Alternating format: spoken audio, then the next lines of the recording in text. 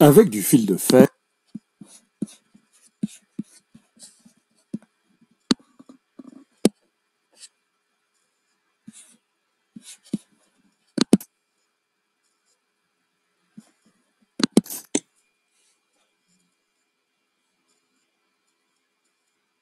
avec du fil de fer, fabriquons un anneau sur lequel on fixe un fil de coton. Le fil ne doit pas être tendu, mais au contraire pendre assez librement. Plongeons l'anneau dans de l'eau additionnée de produits vaisselle. Lorsqu'on le ressort, un film de savon apparaît de chaque côté du fil qui reste non tendu. Crevons alors l'une des surfaces savonneuses. Cette fois, le fil se tend en formant un arc de cercle.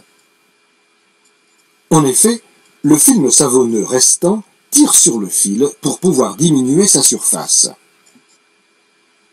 Si on crève ce film, le fil de coton n'est plus soumis à la tension superficielle créée par l'eau savonneuse et pend de nouveau librement.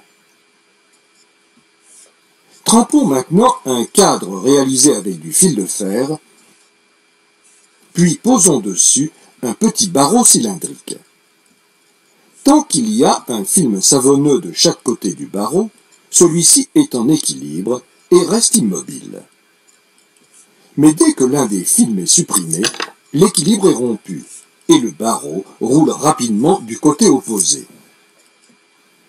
Ici encore, c'est la tension superficielle du liquide qui, en minimisant la surface de celui-ci, entraîne le barreau.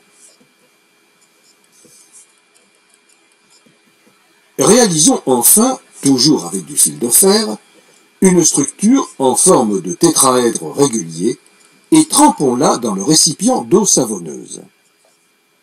On pourrait penser qu'en la ressortant, on va observer les films tendus sur les 4 faces du tétraèdre. Or, il n'en est rien.